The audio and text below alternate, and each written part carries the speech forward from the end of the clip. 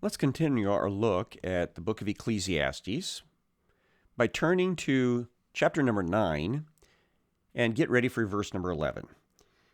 This section of the book of Ecclesiastes has a lot of proverbs in it, some wisdom that's particularly focused on the idea about life and death and how it's out of our control, and so we need to kind of just go with the flow, make the most of it under the wisdom that we have from God.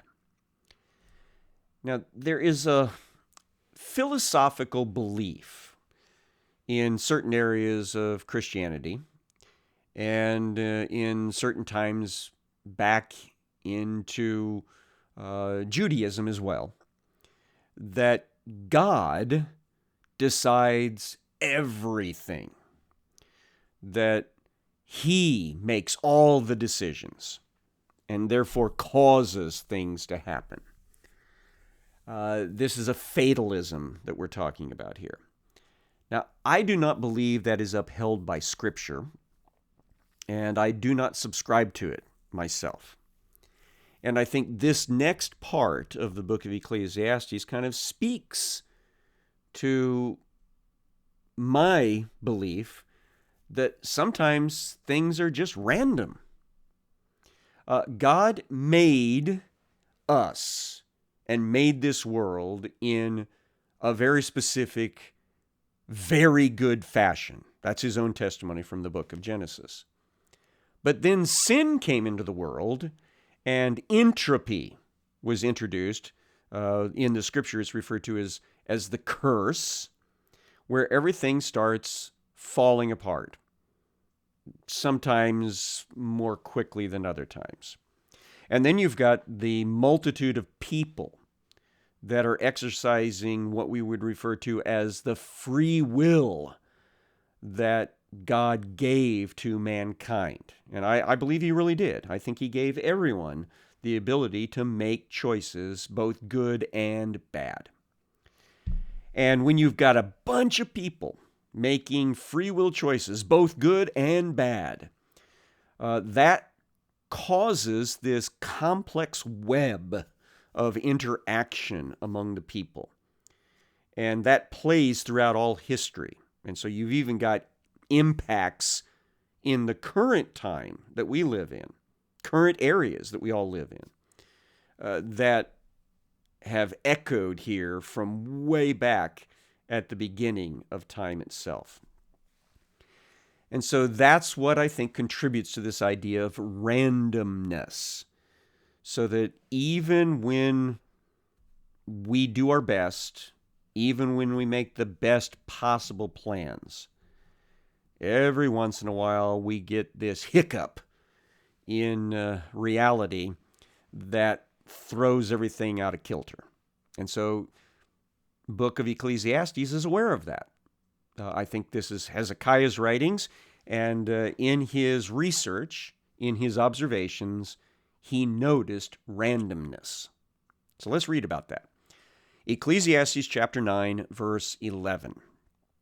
Again, I saw that under the sun, and that's his way of talking about in day-to-day life, because the sun comes up in the east, goes across the sky, sets in the west, and then it repeats the next morning, and that's just how time passes.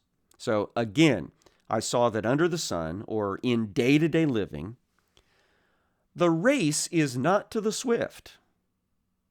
Now, I would add one italicized word here to get the thrust of the meaning, and that is the race is not necessarily to the swift.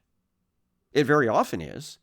A person works out and has a trainer that helps them evaluate their style and things like that. And so they very often win the race because they have done everything in order to make sure that that happens. But it doesn't always happen that way. Sometimes the long shot wins. Maybe the favored person in the race trips over their own toe or a rock in the road or whatever.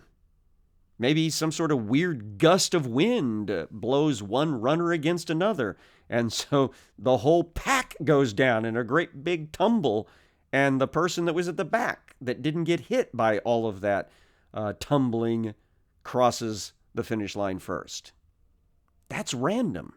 That's just strangeness that sometimes happens in life. So the race is not necessarily to the swift, nor the battle to the strong. Usually the strongest, best prepared, best equipped army wins, but not always. Sometimes circumstances go otherwise. Nor bread to the wise.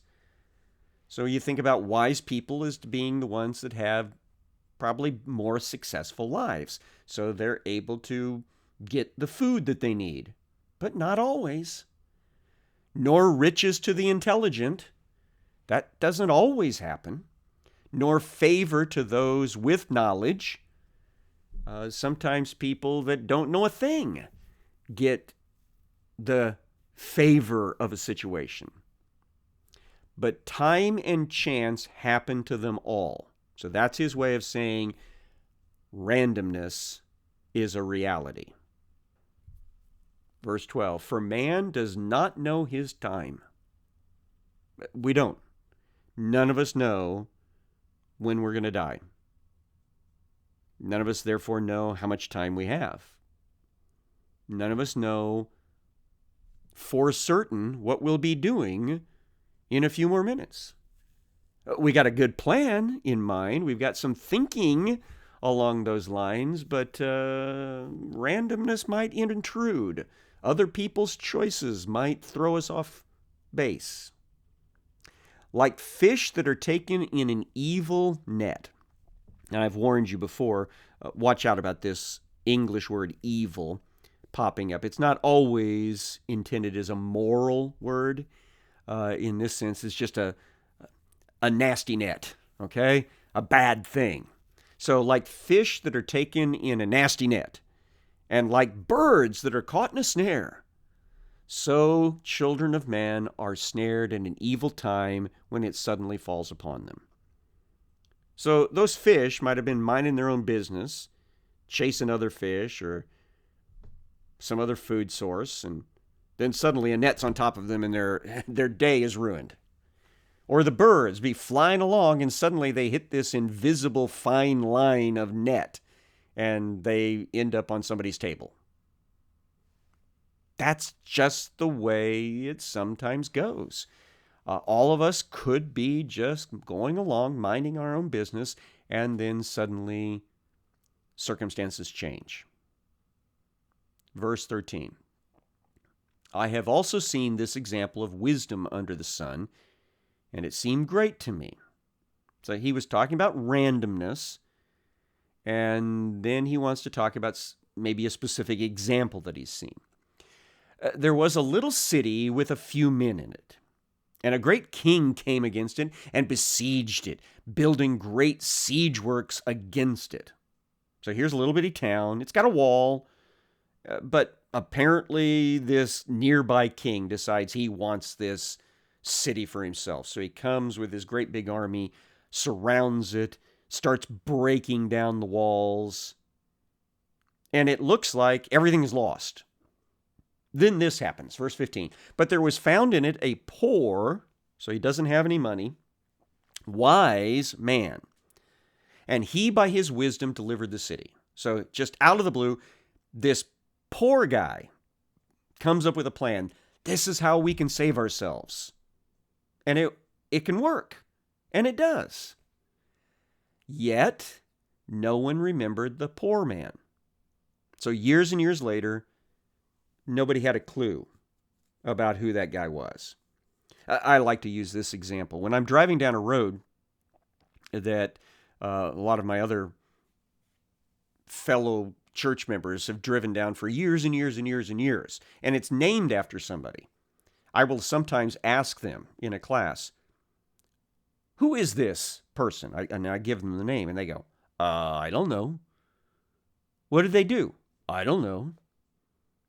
And of course, I've already looked it up to find out why the road was named after him or why the bridge was named after him. And I explained to him. And they go, well, I've lived here all my life. I didn't know that. Because you see, once we're dead, the new generations move on with their lives, and very often they forget the past. And so that's what happened in this circumstance. The Ecclesiastes writer says. But it didn't matter. Verse 16, listen to this. But I say that wisdom is better than might. Though the poor man's wisdom is despised, that is, that it's been forgotten, and his words are not heard. So it was still a good thing that he came up with the wise plan. So wisdom is good even when it's forgotten over time by other people. So we need, according to the text here, to make the most of wisdom in our lives, regardless of how we think people will remember it later. Verse 17, the words of the wise heard in quiet are better than the shouting of a ruler among fools. Think about that for a moment. So you got a wise person trying to give quiet, calm advice. That's better than some guy that's got all the power screaming out orders and how he thinks things should be. Because wisdom is always better. Verse 18, wisdom is better than weapons of war, but one sinner destroys much good. Now think about that one again. One person who throws wisdom off and then starts forcing everybody to go along with his stuff can blow the whole situation up. We talk about this idea of one bad apple spoils the whole bunch, right? We need to watch out for unwise people trying to take control of the situation, especially if they've got a lot of bluster, if they've got a lot of power and authority, because they can screw up the lives of a lot of people with their foolishness. We need to convince people to stay with wisdom. And even if everybody else abandons it, we need to stick with the wisdom. Verse number 10. Some more Proverbs. Dead flies make the perfumer's ointment give off a stench. So perfumer's ointment is clearly perfumed. It's the idea it's supposed to smell good. But what happens if a whole bunch of dead flies get in there? Then it's going to lose its purpose, isn't it? And so a little folly outweighs wisdom and honor. It only takes a little bit of foolishness to screw up a lot of wisdom. It's just one of those things. It's like this. If I were to give you a nice pure glass of spring water and say, this is great water, it's fresh and clean, and then I take a little eyedropper and say, but here's a little sewer water, I'm going to only put a little tiny drop in. Enjoy. I don't know anybody that's going to feel comfortable drinking that water anymore. It doesn't matter that the vast majority of it is nice and clean and pure. The moment I introduced something nasty, it ruined the whole thing. And that's what foolishness does. It comes in and it screws up a lot. Verse number 2. A wise man's heart inclines him to the right, but a fool's heart to the left. I don't know how far back it goes. It goes back much farther than the 8th century that we're looking at here, the 8th century BC. But this idea that the majority of the people in the world are born right-handed. That's just the way it works. There's nothing wrong with left-handedness. It's just the minority of the world are left-handed. So because of that, over time, right-handedness became associated with the idea of doing the right, In fact, that's the reason why that's kind of attached to it in our English language. So because of this proverb says, a wise person is always inclined to do the right thing, while a fool is inclined to do the wrong thing.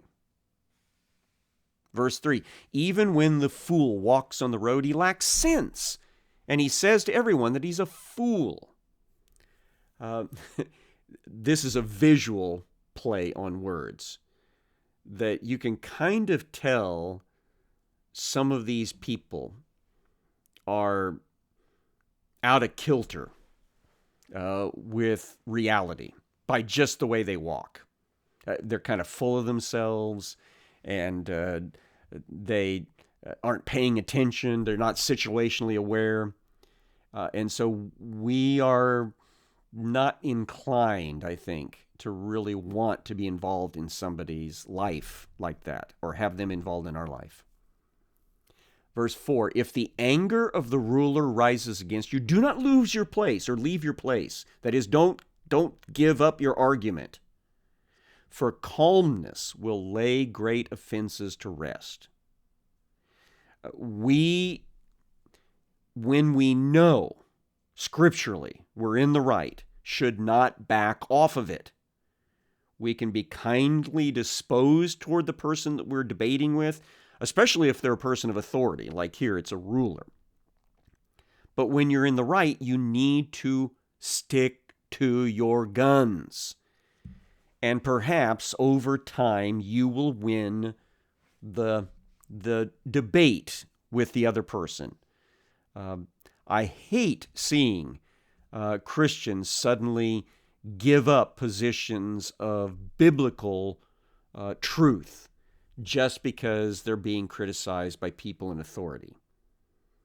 You've got to stick to your guns, folks. Verse number 5. There is an evil that I've seen under the sun, as it were an error proceeding from a ruler.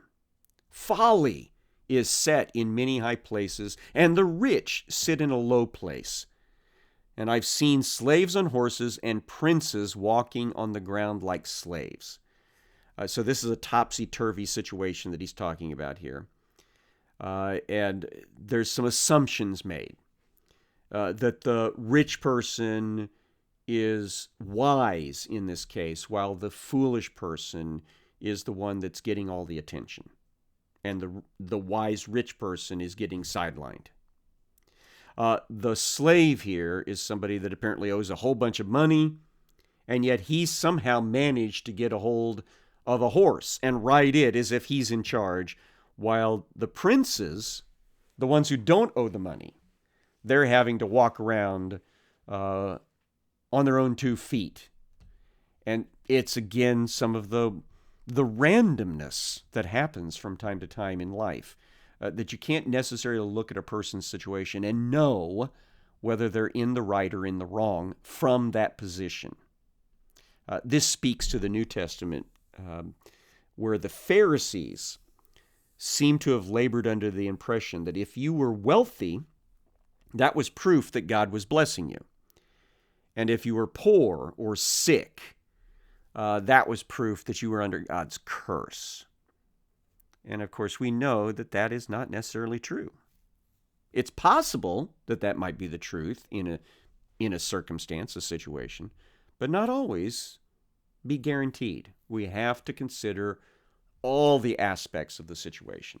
So don't prejudge people based on their circumstances. Verse 8, he who digs a pit will fall into it, and a serpent will bite him who breaks through a wall. These are examples of situations in life where things can suddenly go bad. So here's a person, he's trying to dig a pit for whatever purpose. Maybe he's going to store things in it. And he loses his footing, and down he falls into the very pit he dug. That's not a good situation. Or here you've got a person who's trying to demo a wall. He's trying to take a wall down, probably so that he can rebuild something else. And he breaks into a cavity where a serpent is, and it jumps out and bites him. So he was just trying to do work, and he ends up snake bit. That's sometimes the way that life works. He who quarries stones is hurt by them, and he who splits logs is endangered by them. And that's true. I mean, if you work in a stone quarry, you got to pay attention to your job because it's a dangerous job. And same thing with working with logs, especially back when you were doing everything by hand. I remember being a kid still. I mean, I'm talking about 10, 11, and my grandfather and my uncle taking me out to cut wood to burn during the winter. And we were out there splitting logs. And you got to be careful. And when you're using chainsaws, you got to be careful because you could end up, even though you're trying to do something good, end up hurting yourself or someone else. Then we have a little bit of advice that's kind of given in the middle of this. If the iron is blunt and one does not sharpen the edge, he must use more strength. But wisdom helps one to succeed. Tools need to be properly maintained to be effective at their peak. I cut trees sometimes with my chainsaw, and I have to stop from time to time and get my little file out and sharpen up all the teeth on the chain. And I have to tighten the chain from time to time to make sure that it cuts, because otherwise I'm going to have to put more and more pressure in pushing on the cut in order to cut that. And they were talking about axes. If you've ever tried to cut something with a dull edge, you know you have to push harder. Well, there's a solution to that, folks. Take a time and sharpen.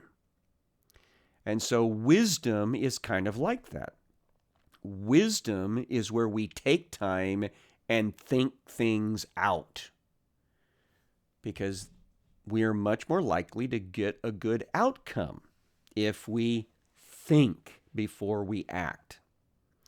Verse 11, if a serpent bites before it's charmed, there's no advantage to the charmer. They actually did the whole charming of serpents way back at this time.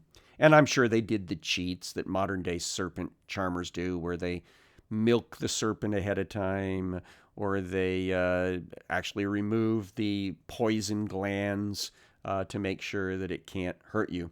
But you see, in the performance art that this is supposed to be, if the serpent bites the person that's supposedly charming it, the whole show has been ruined. And that's the point. It didn't do you any good if you lost the plot of the purpose of the action. So it's, again, more advice. Think before you engage in things. Make sure that you're trying to get things done in the best, most efficient way. Verse 12, the words of a wise man's mouth win him favor, but the lips of a fool consume him. So wise people can sometimes get good support from their wisdom, while foolish people, people who just pop off, will sometimes cause themselves trouble. Not always, but this is kind of general practice that we're talking about here. Verse 13, the beginning of the words of his mouth is foolishness, and the end of his talk is evil madness. If you haven't figured it out by now, the wisdom literature is not very happy with fools. Verse 14, a fool multiplies words, though no man knows what is to be, and who can tell him what will be after him. So sometimes foolish people make all sorts of proclamations about this is going to happen, and this is the way it's going to work, and this is what I'm going to do, and they act as if they're in control of the future. And the truth is they're not. No one is in control of the future. Book of James. I think James must have been reading from the wisdom literature quite a bit. He points out that we should not be saying, I'm going to go to this city and I'm going to work there so long and I'm going to make a big profit. Instead, James writes, You ought to say, if the Lord wills, I will do this or I will do that. That's the wise approach to the future. Verse 15, the toil of a fool wearies him, for he does not know the way to the city. Hard work is tough on foolish people because they're looking to shortcut things because, they're all about them and not others.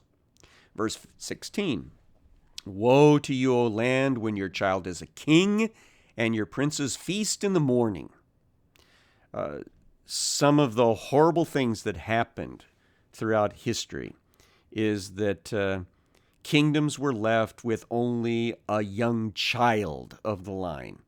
And then they expected that child to make good choices when they didn't have any life experience. That's not good. And woe to a group where the princes, the people that are supposed to be running the nation, they're busy getting drunk in the morning, getting full of food in the morning. Verse 17, happy are you, O land, when your king is the son of the nobility, and your princes feast at the proper times for strength and not for drunkenness. So you're better off when you've got somebody that's been raised and prepared to be in leadership, and that those that are in leadership are not just partying down all the time. Sure, they enjoy themselves at appropriate times, but the rest of the time they're applying themselves to leadership. Through sloth, the roof sinks in. Through indolence, the house leaks. Yeah, things fall apart if we don't attend to them. Bread is made for laughter, wine gladdens life, and money answers everything. That's a tongue-in-cheek sort of thing there at the end. Money isn't, of course, the answer to everything, but sometimes it feels like that. Even in your thought, do not curse the king, nor in your bedroom curse the rich, for a bird of the air will carry your voice, or some winged creature tell the matter. So be careful what you say, because you never know who it might get back to.